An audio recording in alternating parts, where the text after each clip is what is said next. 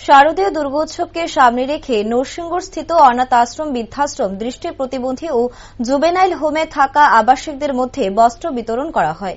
এদিন Mahatma Gandhi memorial old age হোমের 40 জন বৃদ্ধ বৃদ্ধা, জুবেনাইল হোমে থাকা 20 জন এবং 140 জন অনাথ ও দৃষ্টি প্রতিবন্ধী আবাসিকদের মধ্যে প্রায় 200 জনকে বস্ত্র বিতরণ করা হয়। পাশাপাশি এদিন এক অনুষ্ঠানের মধ্য দিয়ে নরসিংগড় আবাসিকে চলা প্রশিক্ষণ কর্মশালার অংশগ্রহণকারীদের সার্টিফিকেটও প্রদান করা হয় এবং এই অনুষ্ঠানে উপস্থিত সমাজ কল্যাণ ও সমাজ শিক্ষা দপ্তরের মন্ত্রী টিঙ্কু রায়। তাদের তৈরি বিভিন্ন জিনিস তুলে দেওয়া হয় সমাজ কল্যাণ ও সমাজ শিক্ষা দপ্তরের মন্ত্রী টিঙ্কু রায়ের হাতে। এই অনুষ্ঠানে মন্ত্রী ছাড়া উপস্থিত ছিলেন সমাজ কল্যাণ ও সমাজ শিক্ষা দপ্তরের মন্ত্রী টিঙ্কু রায়, দপ্তরের ডিরেক্টর এবং নরসিংগড়স্থিত আবাসিকদের আধিকারিক ও অন্যান্যরা। মন্ত্রী টিঙ্কু রায় বলেন, বর্তমান যুগে মহিষাসুর তো আর পাওয়া যাবে না, কিন্তু আমাদের অগ্রগতিতে বাধা প্রদানকারী মানসিকতার মহিষাসুরকে বধ করতে হবে এবং সবাইকে শারদীয় দুর্গোৎসবের শুভেচ্ছা জানান তিনি। যারা রয়েছে আর আমার মায়েরা যারা রয়েছে, আমরা মা দুর্গার পুজো এর জন্য করি যে মা দুর্গা যখনই মূর্তি আসেন আমরা মনে করি যে অশুভ শক্তির নাশ করে তিনি শুভ শক্তির প্রকাশ ঘটাবেন। আর এর জন্যই পুজোর পরম্পরা শুরু হয়েছিল। মহিষাসুর বধ মা দুর্গা করেছিলেন।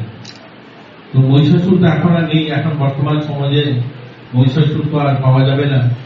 এখন অসুর রূপী যে সমস্ত আমাদের মধ্যে অশুভ শক্তি রয়েছে সেগুলো নাশ করার জন্য মায়ের আবির্ভাব, মা আসেন মধ্যে।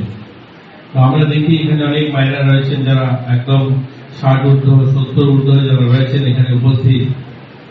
আমরা তাদের উদ্দেশ্যে তাদেরকে শ্রদ্ধা জানিয়ে আমরা আমাদের এই অনুষ্ঠানগুলো করা উচিত। কারণ আমরা ভুলে যাই যে আমাদের বাড়ির যে মৃন্ময়ী মা, অর্থাৎ যার এত ত্যাগ তপস্যায়, যাদের এত পরিশ্রমে আমরা সামাজিকভাবে আমরা ছেলেমেয়েরা মানুষ হয়ে দাঁড়াই, সামাজিকভাবে প্রতিষ্ঠিত পাই, কিন্তু একটা সময় আসে যে তাদের কথা আমরা ভুলে দিয়েছি। কারণ আমরা যে দপ্তরটায় দাঁড়িয়ে আছি, যে দপ্তরটায় কথা বলছি, আমরা যেখানে একটা বৃদ্ধাশ্রম রান করছি, অথচ আমরা মাটির মূর্তি পুজো করার জন্য প্রতিযোগিতা করছি। আগরতলা শহরে অনেক বড় বড় প্যান্ডেল তৈরি করছি, সেখানে মাটির মূর্তি তৈরি করা হবে, ভালো ভালো কারিগররা আসবে, আমরা বলছি সবাই যে আমরা মায়ের জন্য ব্রতী হয়েছি।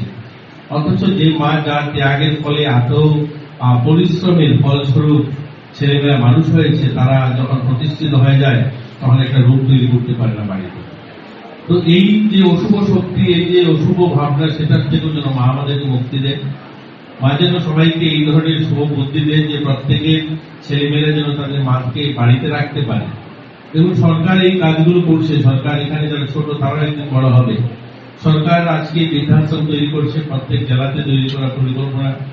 এখন ধর্মনগরে রয়েছে, আগরতলাতে অনেকগুলো বৃদ্ধাশ্রম রয়েছে। একটা সময় হয়তো বলবে মহকুমাতেও বৃদ্ধাশ্রম তৈরি করতে হবে। একটা সময়